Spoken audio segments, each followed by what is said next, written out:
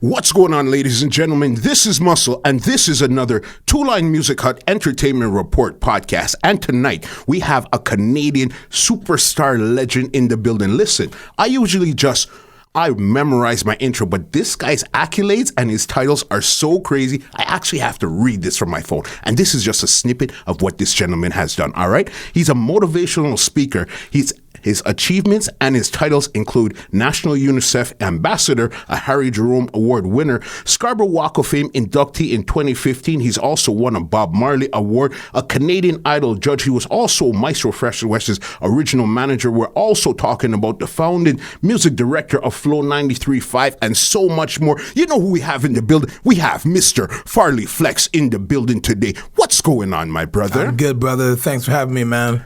Thanks for having me. Really appreciate it. It's been a minute. Trust me, it has been. You know what I mean? With so many accolades, as I said, I usually memorize it, but there was no way. Yeah, that's just my professional ADD. Yeah. Baby. You never know. Oh, my goodness. I could not remember that there. So let's go right to the beginning. How did you even get the name Farley Flex? Wow. So that was actually an indoctrination by Maestro himself, because we were... Well, first of all, I was in the gym and stuff like that, you know, the biceps, the pecs, the whole nine. And Wes mentioned my name in a song. Yeah. He referred to me as F de la Flex, right? Okay. And I was just starting my management company, like the actual official registration of it, which was Full Flex Management, based on that. Yeah. And then adopted the moniker Farley Flex. And the rest is history, man. But I have to give Wes props for that. He was the original one to get in that. Yeah. Wow. You see, I thought you had the name before you even got into the industry. No. My family name is Friedel. Okay. Right. So your first name really is Farley. Yeah, Farley's my birth name. Absolutely. Yeah. I was named after an actor. My mom was a registered nurse for her whole career. And when I was born in England, and she was the nurse of an actor named Farley Granger, who treated her quite respectfully in the whole nine. So she named me after him. Okay. Just like that. Wow. You were born in the UK. When did you actually migrate to Canada? So born in the UK till just around when I was 2. Okay. Went back to Trinidad with the entire family. Okay. Lived there till I was just about 6, and then came to Canada. Okay. And Edmonton first in October, by the way. Right, Edmonton, October, saw snow from Trinidad to, straight up. Yeah. And lived in Edmonton for 2 years. Then we moved to downtown Toronto. Yeah.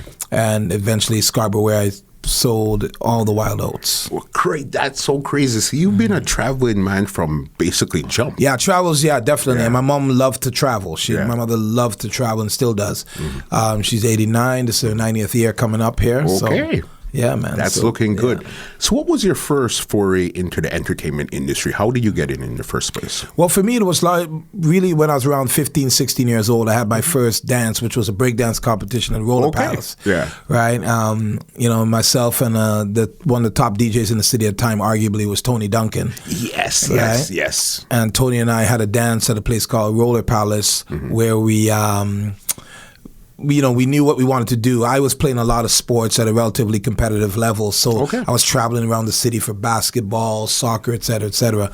And I would promote things through those avenues. But Tony was an actual promoter DJ, so we did that, and we had this dance, and like 1,500 people showed up.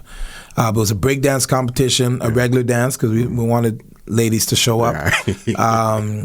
And roller skating, all three sort of in one element. All three elements in one under one roof. Exactly. That was crazy. And was Tony on Sunshine at that time? That's right, Sunshine Sound Crew. That's absolutely right. Do you remember what year this was? Yeah, this would have been 78.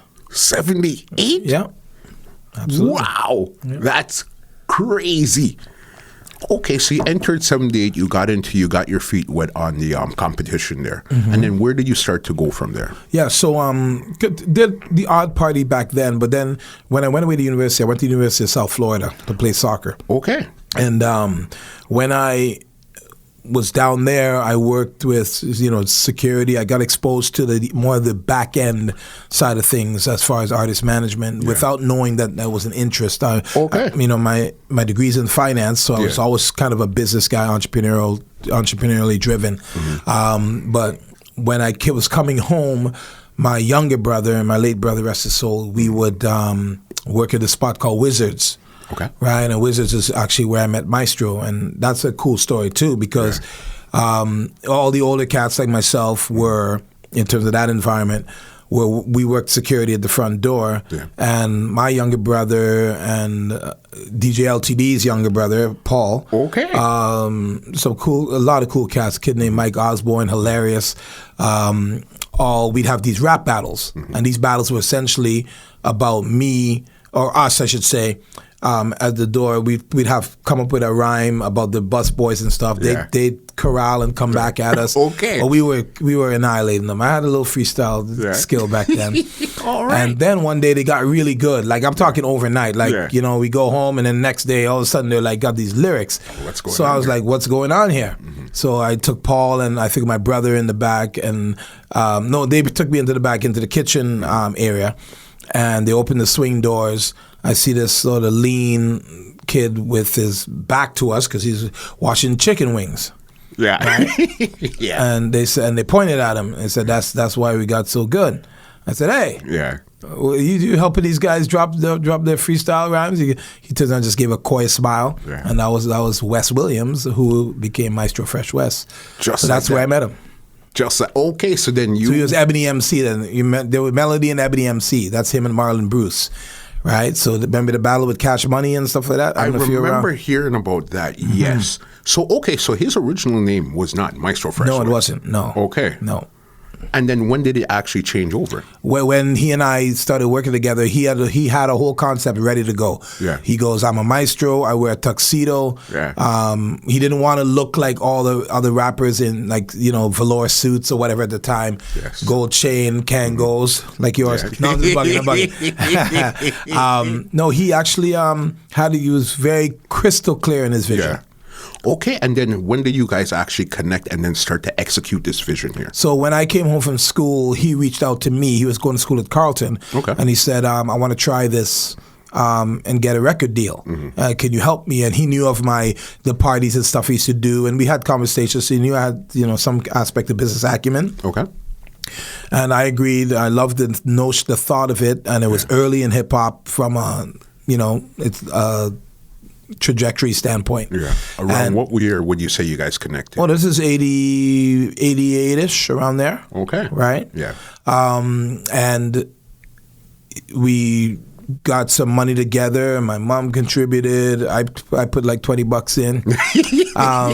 And we shot I'm Showing You video, right? What? If you remember that song. Yeah, of course. Right? Yep. So we that aired on Electric Circus, on Much Music. We went on and we performed on Electric Circus, and then it was widely appreciated. Yeah. Okay. So they had us back shortly thereafter. But it was a bit of a, if I think back clearly, I had to do a little bit of convincing because Electric Circus certainly wasn't a hip hop show. No, not at all. Right? But it was national exposure. So that's how I was able to convince Wes to do it in the first place. And then so you had to convince him, not actual Electric Circus. It was him. They wanted us because they wanted to support local talent, and there wasn't a whole lot of it. First of all, right? There were some dance artists, stuff like that, but there were, there was Mitchie, obviously, people like that. But so they really appreciated the idea of having him come on. Yeah. Then we got a call like a couple weeks after they'd like to have us back on. Okay. And that was in the meantime, he was still working on his music, and Let Your Backbone Slide, the original version, right? It's what we performed, and that went over real well. And yeah, there's a lot to the story, but don't stop. As we were leaving Much Music on Queen Street, generally as the manager, I always made sure everybody was where they were supposed to be. So our dancers, Mikey and Larry, were yeah, man, and Wes were walking out the front door, and I heard hey, and I looked back, and it was Stevie B of Spring Love fame, and I went back, and he said, I really like that song you guys did. My record company's in town. I want to let them hear it. I think you guys might have something playing at, I can't remember the name of the club right now, but there's a club in Brampton, one of those big clubs. Yeah. And said, if you come out, my record company will be there. And yeah, there'll be a conversation. So went there. They offered us a single deal. Okay. I took that back. We talked to Wes. But we knew we wanted an album deal. So we graciously, it's not bowed out, but we said what we're looking for is an album deal. Mm-hmm. And the principal of the record label in New York said, it was a New York Jewish cat, Herb Mullis was his name. Okay. He was partners with Samuel LaFrac, who was, if anybody who knows New York or knows Queens, they'll know LaFrac is like an actual real estate mogul. Okay. And it was funny, I remember the reference that they made because Geraldo Rivera was engaged to Samuel LaFrac's daughter. What? And when they described who Samuel LaFrac was, they said at the time that he made Donald Trump look like a pauper. Right? Wow, yeah. Yeah. So anyway, when we went there and met with Herb, Herb said, I understand you guys want a record deal, but I haven't heard any music. I only heard the one song. I like the song. What else you got? And we had this like little demo tape. Mm-hmm. Excuse me, but we didn't have all the stuff we wanted recorded. So I basically said, well, Wes can perform for you right now. Yeah. So Wes started to drop some lyrics, and that's how we secured the album deal. Okay, so then I guess the original Let Your Backbone Slide is the one that opened the door to the album, and then you guys remixed it once you guys got it. Peter and Anthony remixed it. Okay, so what we hear, I guess, now as the Let Your Backbone Slide is not the original. Not the original. It did end up, it was on the album, right? But it was the second version of Let Your Backbone Slide. Why did you guys end up changing it up? Well, no, what happened was we got a call from Peter and Anthony, who were like geniuses, and they had this amazing cadence they spoke with. I'll never forget that. Yeah. I said, hey, what's up, man? It's Peter. Or it's Anthony. I can't remember which one right now. And they said, we got something we think you guys don't want to hear. Yeah. Just like that. And it was like, I think 10:30. So it was relatively late at night. Okay. Not super late. And we go to the studio, and they put this on, and I kid you not, tears came to my eyes in that moment. I knew, right? And I'm sure Wes would describe it the same way. Yeah. I knew that the elements of that, like people talk about what is a hit. I get asked that all the time. What is a hit? Mm-hmm. And a hit has an anatomical description. You know, you can talk about the anatomy of a hit. Mm-hmm. And the easy explanation is that if you play a song for a group of people, and different people like a different part as their favorite part, the confluence of that, bringing all that together, right, is what defines a hit. So in the case of Let Your Backbone Slide, you've got the da-da-da, right? Some people like that. Yeah. Some people like the funky drummer. Yeah. Some people like, better yet, I'll call you Curious George. Yeah. Some people like, call me a hip-hop tic-tactician. Some people like the alliteration with the B's, blowing away blockades and barricades, make you black and blue from the blast of the blaze. It's a blood sport. You know what I'm saying? Yeah. So different people had different things that they liked about, broke my sacroiliac. You know what I'm saying? Of course. All those different things. So if you're doing a survey like that, if you think of a buffet, and somebody says, no, the chicken wings are the best thing here. No, the chicken balls are the best thing here. No, the samyang guy is the best thing. Whatever it is, and they would, everybody has their then own. You're at a good restaurant. You know what? Because everybody has something that they like, so everybody could get involved. Absolutely. If everything on the menu is good, you're at the right restaurant. Yeah. Wow. And what year was that? That's 89. That was 89. It came out. And when did you guys actually shoot the video? Around the same time. Around the same time. That's Joel Goldberg. He repped hard. Okay. And you guys shot it in Canada or States? No, we shot it in Canada on Avenue Road and Davenport area. There was a church there that's, I think now it's an architectural firm. Well, at some point it became an architectural firm. Mm-hmm. But it was a church, a great location. Yeah.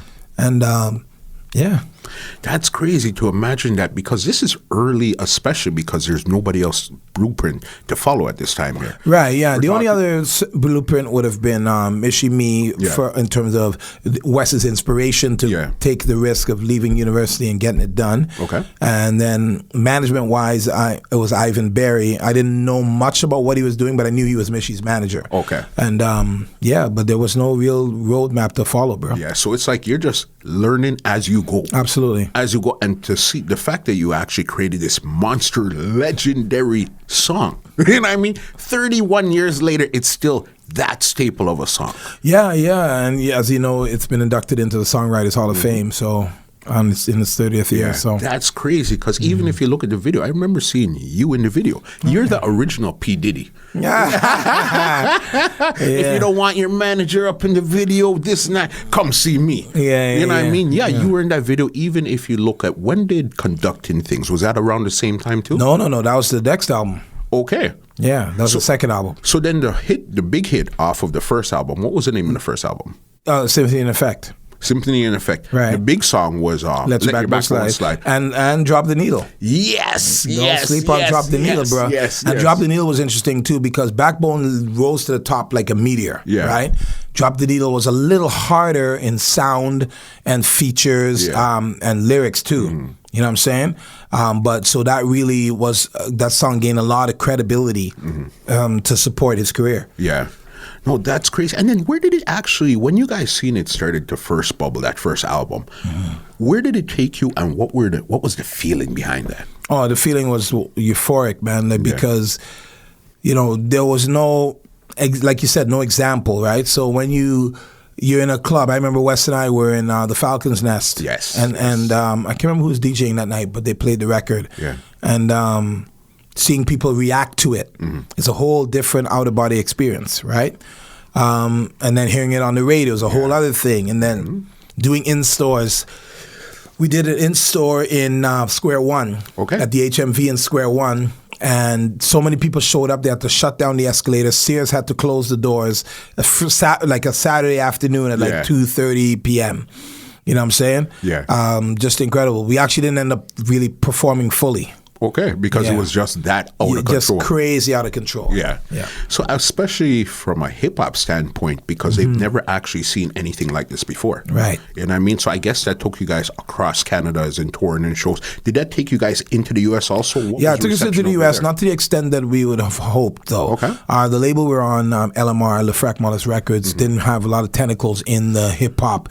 Like back then, hip-hop labels were definitively like, the Tommy Boys, the Def Jams, etc. Yeah, so they weren't that. They were more the Stevie B, Dance. They had things like Jim Croce under their publishing. So that affected the potential of the work, and but we rode the wave, and it's great. West is still generating revenue. Yeah, that's crazy. So how long were you guys you were managing for how many albums? 13 years. And 13 years? Yeah, so 89 to like 2000, almost 14 years, 2002-ish. Okay, Once I started Flow, when we started Flow 93.5, that was the, because radio was the bread and butter that led to shows and income. So Wes and I had a really mature discussion, talked about the fact that I wanted to assist in making this radio station happen because without it, the opportunities were like slim. One of the challenges was that CFTR at the time was the pop radio station, top 40 station, and they switched to 680 News. And that reverberated right across the country. So it was very important to establish urban radio, certainly in Toronto, right? And that was a 12-year effort, literally.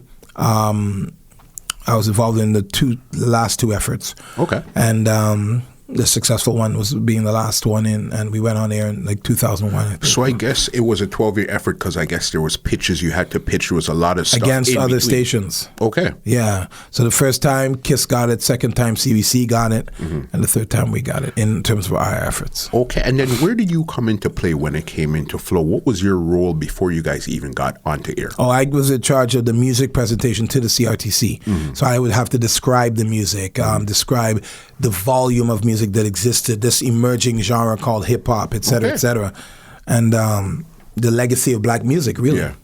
Okay, so it was more like you would have to research and present it to them in a way that's consumable for them to understand. Yeah, consumable for them to understand and really impact them as to the fact that these big-name artists that they would have heard of who didn't have a home for where the birth of their careers came from, which is black radio. Yeah. So obviously they knew Michael Jackson, they knew Whitney Houston, et cetera, but they didn't know of a guy named Big Daddy Kane or whomever. Yeah. And all the early artists that we introduced here, the Cardis and everybody you can think of. Yeah. And the funny thing with it, to know that people, they don't really know who these artists are, and they're the ones controlling the radio, say, okay, yes, you could get on, or no, you can't. That's kind of puts them in a real funny situation, because you really don't know what's going on outside. Well, that's why the argument is Flow always had a social and a fiduciary imperative, right? The social imperative was to give a very influential, growing ethnic group a voice, right? So that was an inarguable point. Yeah. So we weren't gonna get the station because of the music specifically. We got it because of the representation of a large group of pop culture influencers as far as a culture. That makes a lot of sense there. So then, even early Flow, describe some early times at Flow, what it was like. Especially, it seems like you always get involved with something that there's no blueprint for.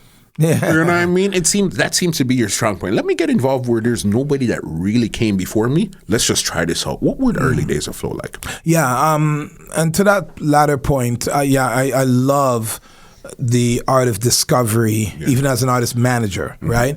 I love the art of discovery and getting involved at the ground level or the seed planting level of things. At Flow in the early days, it was amazing because everybody was thrilled to be part of this historic sort of day-to-day experience. You know, you're there every day. It's 7 days a week, 24 hours a day. I used to sleep at the station loading music into the system, right? And getting stuff from Napster, and don't tell the CRTC that, by the way. But we were the first one in North America to play Alicia Keys. And no joke. Okay. Yeah. So those were the early, and what was it like actually day-to-day operations there? As I said, the early times of Flow. Well, everybody was learning, right? We didn't hire a bunch of experts in radio. Like people like Gemini and Mark Strong and Jay Wise and DJ X, who are all from college radio predominantly. We had very few people. We brought in a kid named Slim from Vancouver who had done some commercial radio. Hollywood Rich was a first-timer. You know, so a lot of these folks were just literally, the first-time experience. Yeah, and everybody's just trying to figure it out. Yeah. Because we had Scratch on the podcast a little while ago, and he gave us a story about how he got to Flow. Yeah. I want to hear your version of how Scratch got to Flow. Yeah, so I called him, right? I wanted the best people from the street, right, who were already in the clubs, already on college radio, and to hit the ground without hiring people outside the quote-unquote culture, right, to pretend they were, right? And, I'm really happy I called Scratch, but it's like anything else. There are a lot of singers, great singers. You get them to sing in front of 2 or 3 people. It's totally different than a stadium of 2,000 or 3,000, right? Because there's some anonymity to that. But Scratch is a very humble guy, and self-aware, right? So when he was auditioning, quote unquote, and remember, this is like the top DJ probably in the country, but certainly in Toronto, for sure, having to audition is even that is transformative in a way in terms of an experience. So he was nervous, right? The program director was not sympathetic. She wasn't, nor was she empathetic. But I was confident because I knew Mark since, gosh, I don't know how long before that.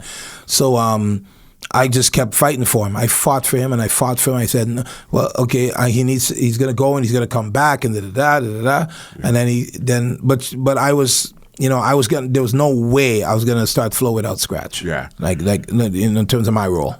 Because I think he was probably the last one to get to actually Flow. I think he was one of the last DJs. He said he was one of either him or was it Specs that said they were one of the last ones to actually get to Flow. Yeah, I'm not sure. Well, there was last, like when we say last, I'm trying to remember now.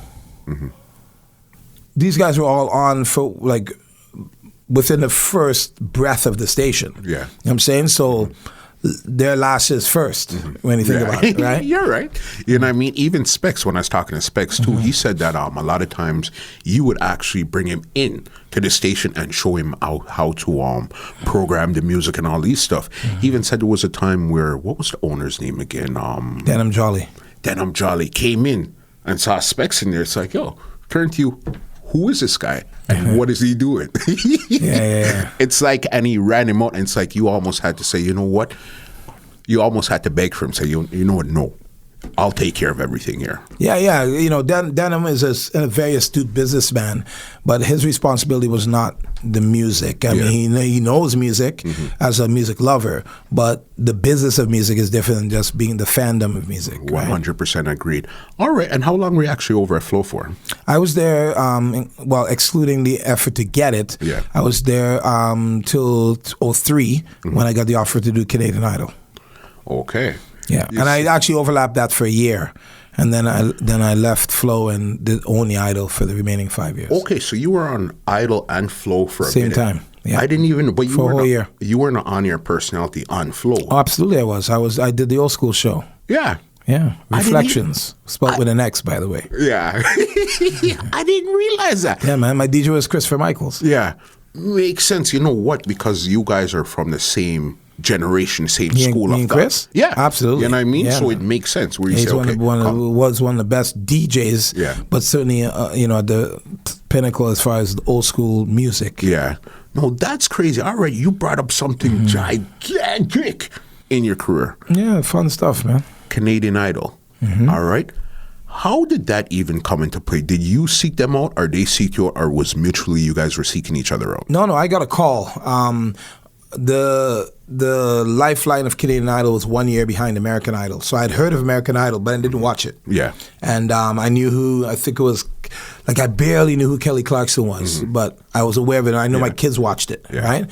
And I got a call from a gentleman named Mark Lizakowski, who was the supervising producer for the show, saying that he was asking around the industry, and my name kept coming up as someone that they should consider to be a judge on the show.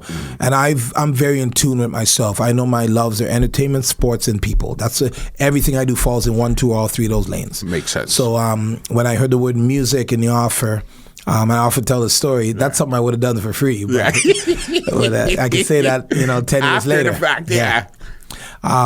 But yeah, I was thrilled at the opportunity, and I had to audition too, by the way. So apparently they talked to 75 people from the music industry, and they pared us down based on both individual commentary style, but also based on the compatibility along the bench, so to speak, on the table. And this was, what year was this year? 2003. 2003. And when you say you auditioned, what did you have to do in the audition? So they hired singers who sang well, not so well, and poorly. Yeah. And we just gave feedback on camera. Okay. Yeah. So I'm a bit of a clothes horse. So I put on a nice suede shirt, and I had a choker, and the whole nine. I went in there, and they liked the way I spoke, the way I looked. Yeah. And my style of commentary, I think, was empathetic and constructive as far as criticism. And I stayed that course and became that. The beautiful thing about it, I got to be me. Yeah. And I always had a bit of a, after I learned about American Idol and watched it, the whole dog thing with Randy, and it didn't come off to me like representative of my people. Yes. So I love language, and I love expression and the art of communication. So I would ensure that I would,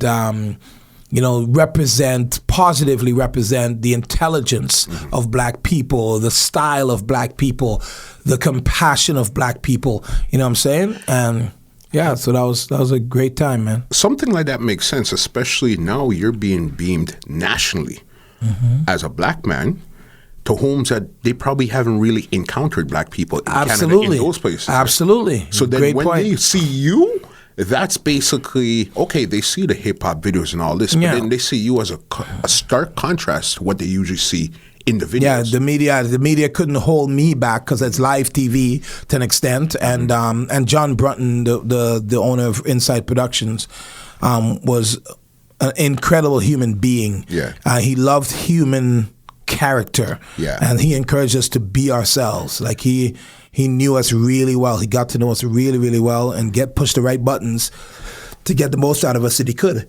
Because remember, you're being a judge, your personality is part of the show. Oh, yeah. And once you incorporate that, because guests come, guests go, but the five, was it four judges or five? Four, you guys are always there. You guys are a big part of what's going on. And I guess you realize something on it too. Yeah, man. Yeah. It's representation. Yeah. And I would throw in some Triniisms and stuff like that to keep myself in the category of authenticity, right? Yeah. And I guess they enjoyed that too. Yeah. They had no issues with that. Did you actually do any live shows, like come off of I guess the studio and did a tour across Canada? As far as a judge on Canadian Idol. Well, we toured the country to do the auditions, right? Those were taped shows. Yeah. And then the live studio shows were at the John Bassett Theatre in Toronto, where that was live. That's where those were live? Yeah. Okay, that's crazy. And what were some of your special moments that you can remember off of being a judge on Idol? We had some special moments. John was really emphatic about showing the breadth of individuals that wanted that thing called fame or to experience, being on television. So we had a young lady who passed wind during her audition, which was probably the most watched Canadian Idol clip ever. Right? But we had really interesting people. I remember a young man who was a savant, and he could name all the scrolling credits of every Oscar-winning film from day zero, from the first year of the Oscars. Yeah, beautiful things like that. We had people who were, disabled from the neck down. We had people many people who were only there because their mother said they were good. Got you. We had people who were naysayers because they were into the band thing. They thought it was too corporate, but when the show started growing, they adapted. We had people who it's just everything. Yeah. It was everything. It was That's pretty crazy. incredible. What was the most difficult part about being on Canadian Idol? I think rejecting people, if that's not in your nature. I had moments where it was I felt, I tried to be empathetic, where I felt the feeling of rejection or being told, if you really believe in yourself and you're told by these adjudicators that it's not gonna happen on this show. So I'd always reassure people and say, you know what? This is one of many options. Yeah. Or I'd say, what else do you do besides sing? Are you a good songwriter? Are you interested in management? I would also try to give them a parachute to land with, That makes sense, because a lot of times, as you said, there's a Simon Cowell and those guys on those shows where their personality is to be that guy. Yeah. And I guess that wasn't in you. That wasn't. No, that was assigned to my good friend Zach Werner. Yeah. And somewhat to Jake Gold. They were sort of, in the same ilk of personality-wise. But, but both sensitive men, and then Sass Jordan was also awesome, too. Yeah. So. No, that's big there. So, and how long did the Canadian Idol last? 6 years. For 6 years. 03 to 08, inclusive. And I guess those 6 years were some of the best 6 years that you've been in the industry. Yeah, well, yeah. I mean, it did take its toll on my management company, though, because I was busy, man. Yeah. Like, a lot of people didn't realize we were on set from like 7 a.m. to 11 p.m., right? What? Great. We were, very well compensated, but it absorbed our lives. Of course, because you're basically, that's like 16 hours you're on a set. The first year, I was taking the GO train from Ajax to Flow. Yeah. And I had to stop taking the GO train once people started recognizing me. And, Canadians are fantastic. Like, Canadians will say, they'll whisper loudly to see if you react. So they'd be like, it is him. Not, it is him. Yeah. It is him. Yeah. Ask him. No, you ask him. Ask him why he voted so-and-so off the show. Yeah. And I'd be like reading my book or what have you, just totally, Yeah. Sometimes I would get engaged, but I got you. And what were the thing there? What was the viewership like on that show? Massive. Wow, we were the number one show in Canadian history 6 years running. That's when you think about that, that's surpassing the Stanley Cup, Maybe not if the Leafs were in it, but we didn't have to worry about the Leafs. But we were the number one show in the Canadian history 6 years in a row. 6 years, as far as I was told. Yeah. Okay, and then what really brought it to an end? What brought it to an end was a confluence of things. In Canada, you have sort of an oligopoly as far as stations. There are only a few stations carrying the swing for the whole country. Yeah. Global, CTV, CBC. I think that's it. Mm-hmm. Global, yeah. So the advertising pool gets pretty shallow when you keep going back for more. And Idol, our Inside Productions and CTV had secured, obviously they had our show, then they secured So You Think You Can Dance. Then they got the Olympic contract. Okay. Right? Then the economy tanked in 2008, so they put us on hiatus for a year. Yeah. And we're supposed to bring us back. Then 2009 came back, but the economy didn't. Right? Came and the economy didn't. So they decided to move on. Yeah. Because a lot of people, if they don't know, the bloodline of any show is clearly advertising. Yeah. It doesn't matter how good this show is, advertising is the bloodline of any show. Absolutely. So if you can't get those advertisers, they can't pay the salaries for anybody. So then this doesn't make sense after a while. Exactly. You know what I mean? Okay, so from Idol, where was your next move after Idol? The next move after Idol was to manage. I managed Toya Alexis and Gary Beals, who did well on the show, but didn't receive the support. Okay. I was actually managing them while I was doing the successive shows because they were both on the first show. Yeah. Right? And after that, went into some consultation for television and was advising and securing broadcast licenses for Afro Global Television, then Fever TV. Yes. Right? Did both of those. Did a lot of parties, stuff like that. Went back to my roots, so to speak, using, I guess, the combination of my community profile with business and, throwing parties, boat cruises, you name it. And that's where you were. Okay, so then when did G98.7 come into the fold for you? Well, no, I was never on G, though. You were never on G? No, man. I don't know why you thought you were, No, never on G. I was interested in being involved with G, but that didn't transpire for particular reasons that I'm not really quite clear on, to be honest. I offered my expertise and my help. But I think, part of what we as a people need to, quote unquote, get over or recognize is that it takes collaboration to be successful in all capacities. 100%. And, why reinvent the wheel if you've got, but I don't think they wanted to, I think there was a concerted effort to not have a connection to flow. Right, which is kind of asinine because you got Gemini, you got Wayne Williams, you've got this Adriana Sharma who was a salesperson. Wayne was the music director, of course, or program director. You've got 80% of your staff is from Flow because they were nurtured to have careers in the industry, and once Flow was sold, then that was a natural place for them to go because their mainstream radio wasn't going to hire them, with the exception of eventually Scratch. Yeah. Right? Oh, that kind of makes sense. So they didn't want no connection with Flow, but probably more or less with you per se, but then they try to put it off as in Flow.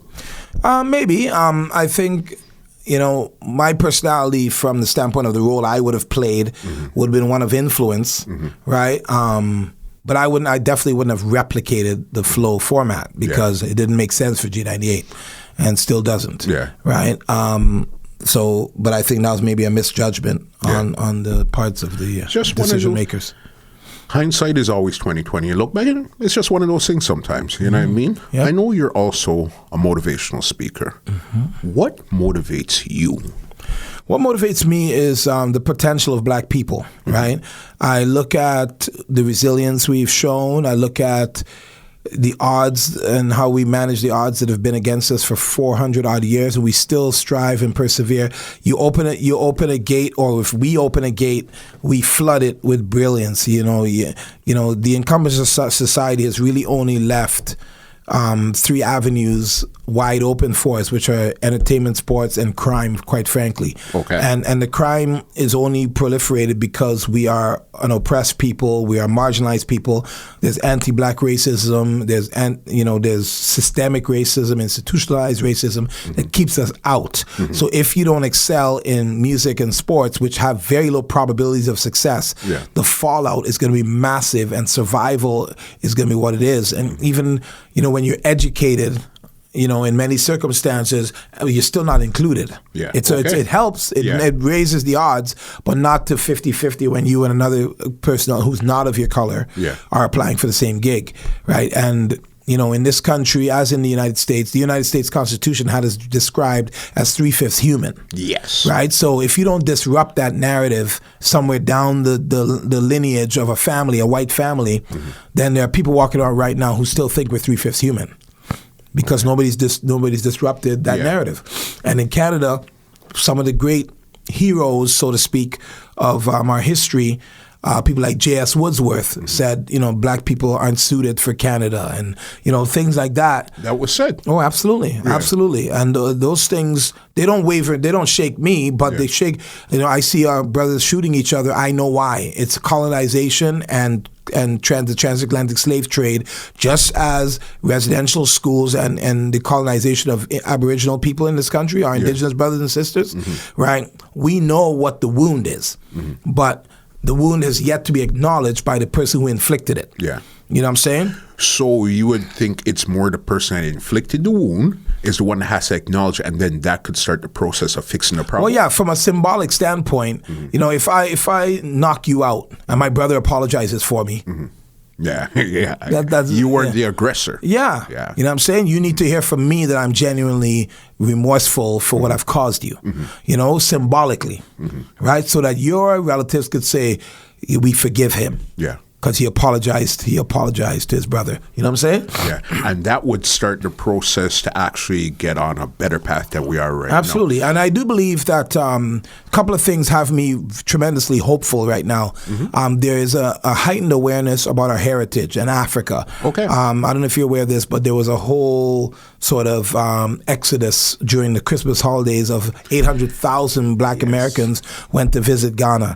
And the year of the return. The year of the return. Exactly. And then, going back to 2003, the African Union announced something called the Sixth Region. Okay. Right? The Sixth Region is, the 5 regions are North, South, East, West, and Central Africa. Okay. The Sixth Region represents everyone in the diaspora who was taken out of Africa against their will or through refugee circumstances, whatever it is.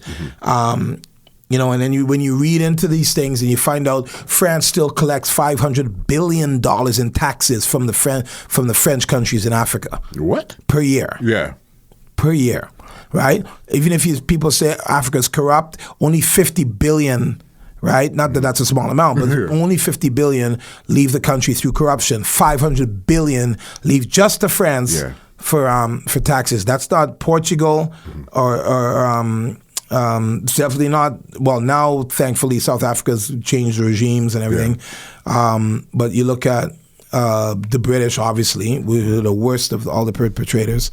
So right now I'm excited. I know I'm going to die in Africa. If I die of old age, that is. I'll die in Africa. Okay. That I've committed to that for myself.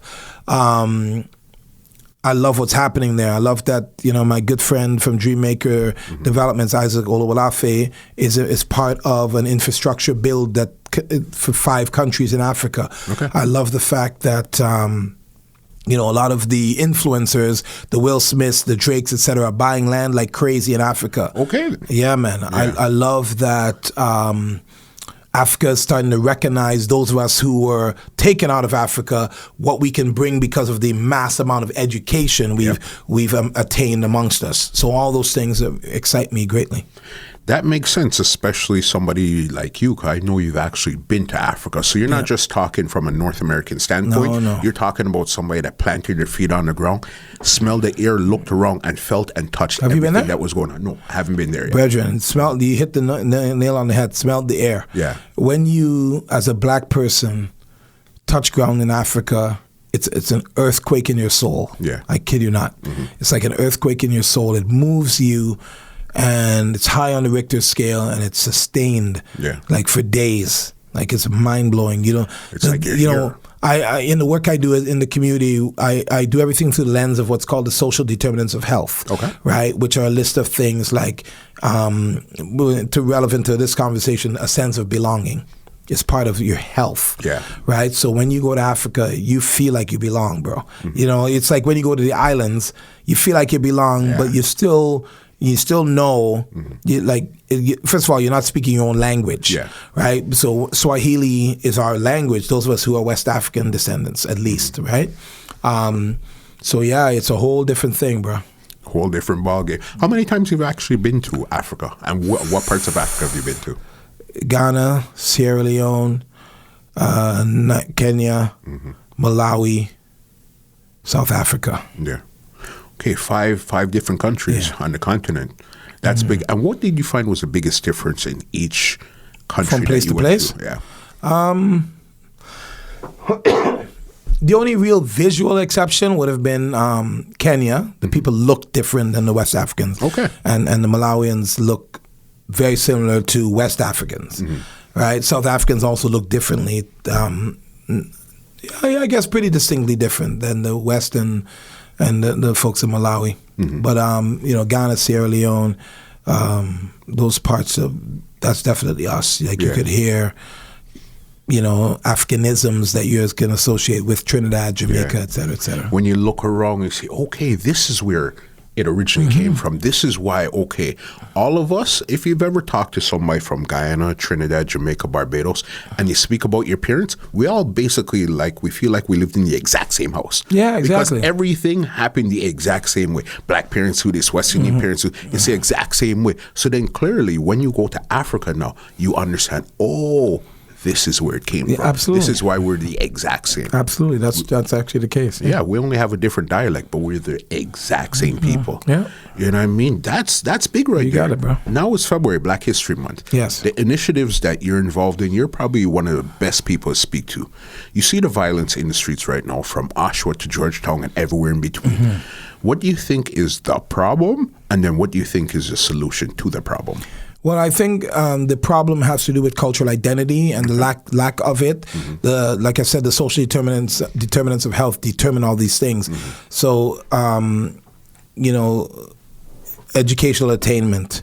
When I was out in Africa, by example, I was in one of the classes, and the students were I actually taught a class. Okay. Right before I taught the class, there was a previous chemistry class, and they were singing in the periodic table, like in harmony, to memorize it. Yeah. So somebody over, whether it be Europe or wherever, decided, kids are too old to sing in class, so but they're taking this out of our natural cultural existence. So I don't believe. Obviously, there are many success stories coming out of education over here, of course, but there are a lot of failures too. A lot of folks who are lost and can't find a connection. Poverty is a massive, massive beast in terms of why we're seeing the violence in the community. Young men in particular, they don't know what's in the various trays in the buffet of life. They just know one or two trays. And, if you, like I said, if you don't make it in ball, if you don't make it as a rapper, right, you have this third option, and that you're vulnerable to and influenced by, that picks up where the nothingness leaves off, right? So solution-wise, I think it's about making sure Black youth understand why they should be proud to be Black, as simple as that sounds, as maybe as cliche as it sounds. Yeah. Also, when you say proud to be Black, what would make somebody proud to be Black? Well, I think proud, like Black History Month started way before. The content involved or associated with Black History Month has to start way before slavery.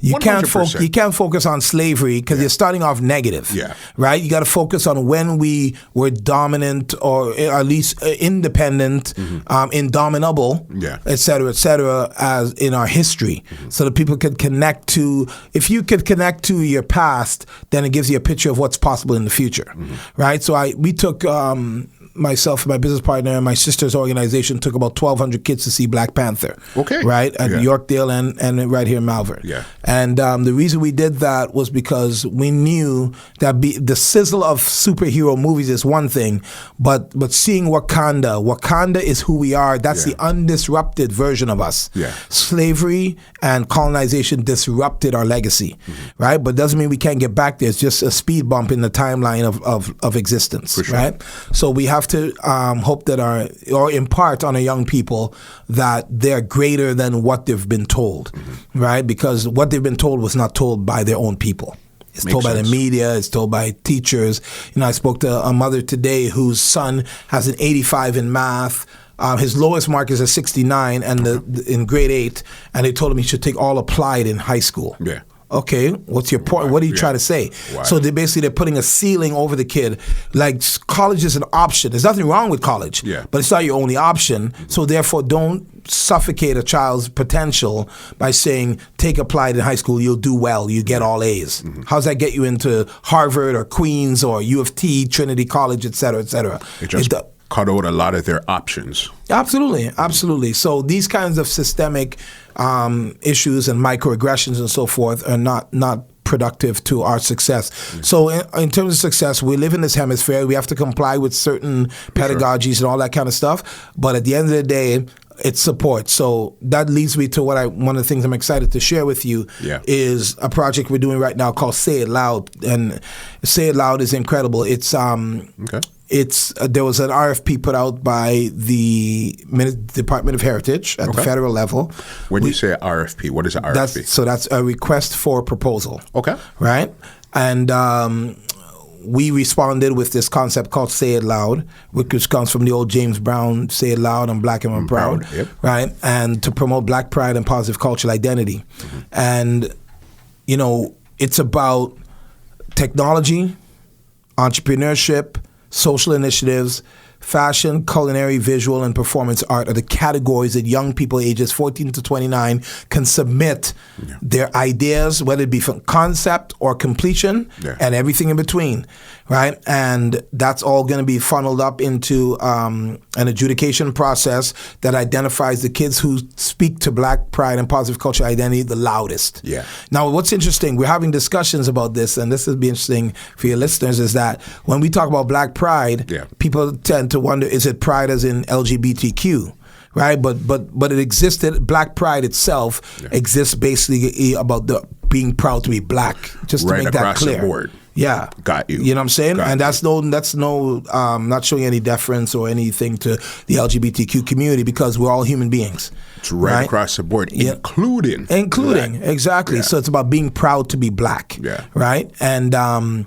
The young people who speak that the loudest through technological ideas, whether it be coding or software development or robotics.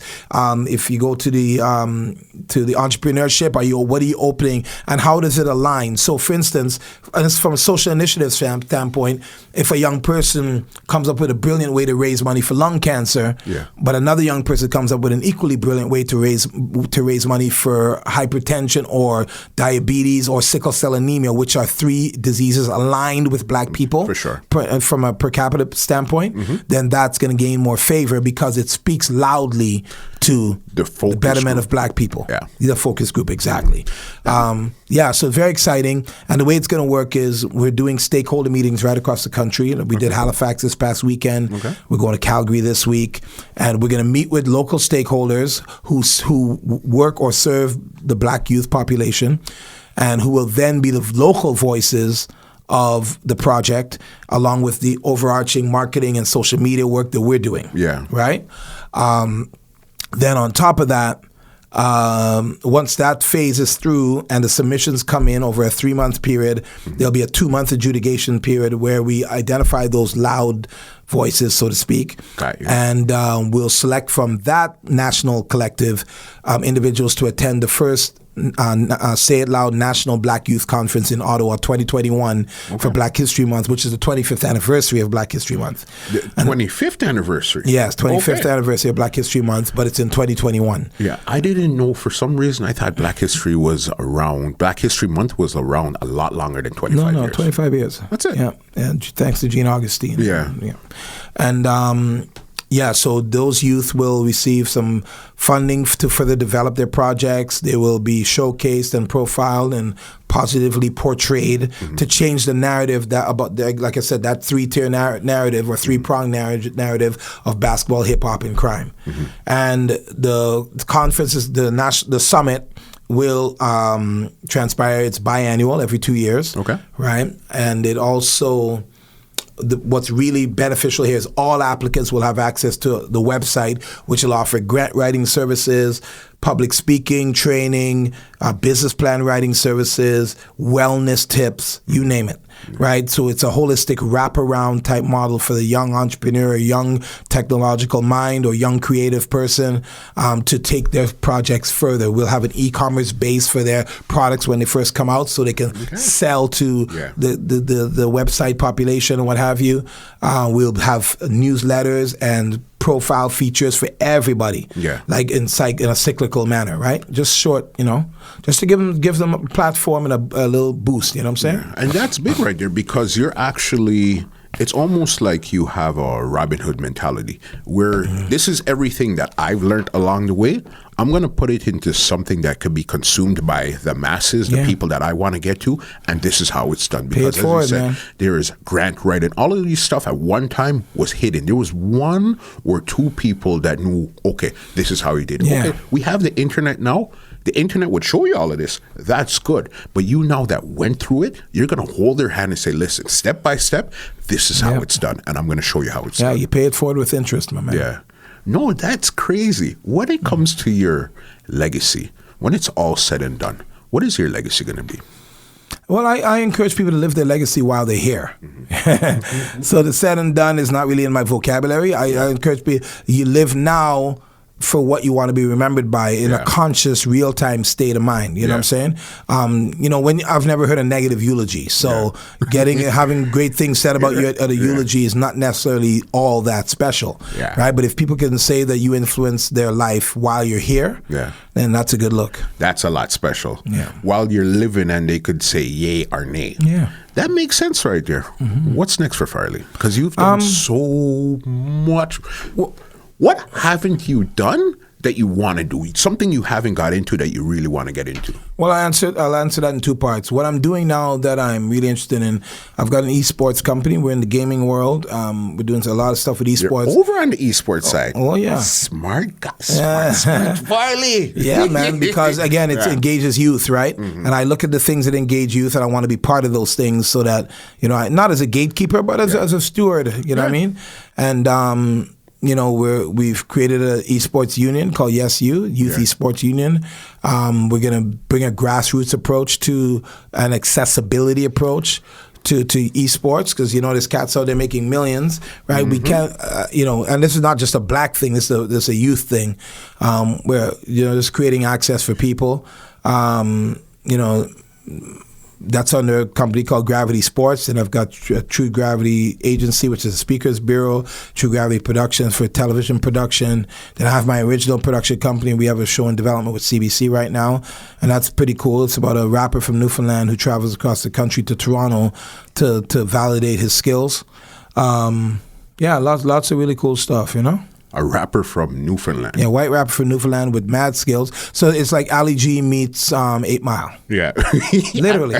And how did you guys even come up with that concept? I wrote the concept. I've got a business partner, Jeff Watson, on that, but I wrote the concept largely in collaboration with him. And, I've always been a fan of this country and a fan of Newfoundland in particular. The people are special. If you get a chance to take your family there, it's an incredible part of the country. I have this wrong here before I get you out of here. It's called the Rapid Facts. Okay. I ask you some quick questions. You give me back some quick answers, and we take it from there. Cool. All right. What's your favorite color? Brown. Okay. What's your biggest fear? Nothing. Okay. Favorite food? Split peas and rice. All right. Are you a cooker or a cleaner? Both. All right. What's the last book you read or listened to? Last book I read that I really stays with me is Outliers by Malcolm Gladwell. Okay, what type of book is that? I know Malcolm Gladwell, he's into a lot of, is he technology? No, he's more psychology and math. Yes. Like statistics and things like that. Yes.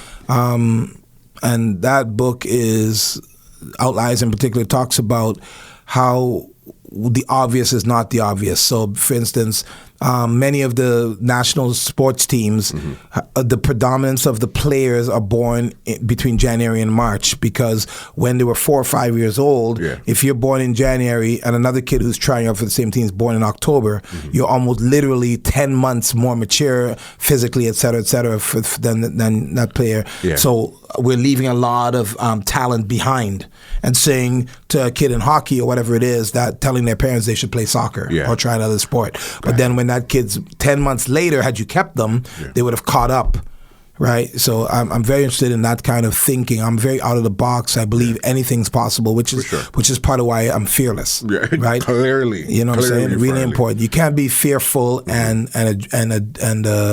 a trailblazer, or I don't mind going in there alone and then letting people know what. You take the bites, you take the punch, you take the everything, so everybody else could walk in. Yeah, absolutely. Makes sense. Okay, next one here. What's your hobby? Life, man. Yeah. I don't work for a living. I live for my work. So. I like you.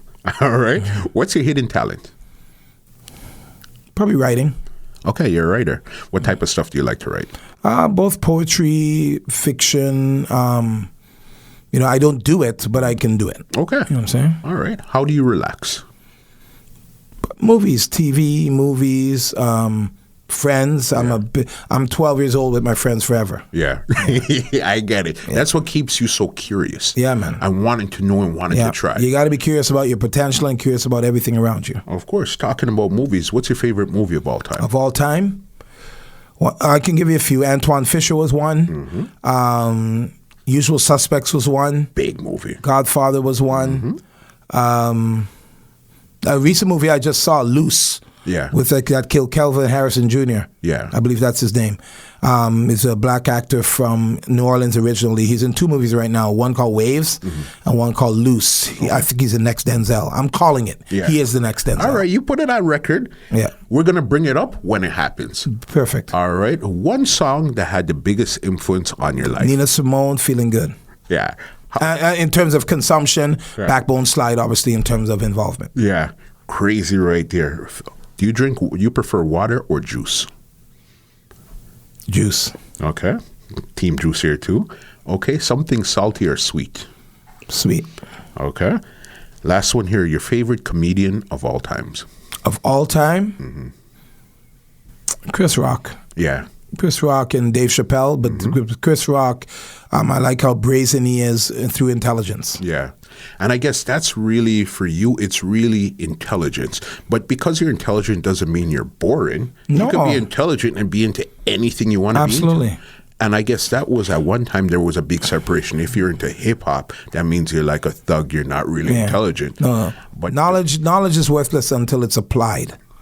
Right? It's the application of knowledge. So Michael Jordan is physically a genius. Yeah. Right? Because it's his brain making his body work. Yeah. You know what I'm saying? So, the rappers being able to offer you condensed content in the same timeline that Phil Collins is holding a note and telling you stories, et cetera, there's genius. I've never met an unintelligent rapper. Yeah. Real rapper. Yeah. Because to put together these words, clearly you have to know something about something. Yeah. Wes, I used to tell Wes all the time, when we talked about who was the best, and I put him with the best in his era for sure.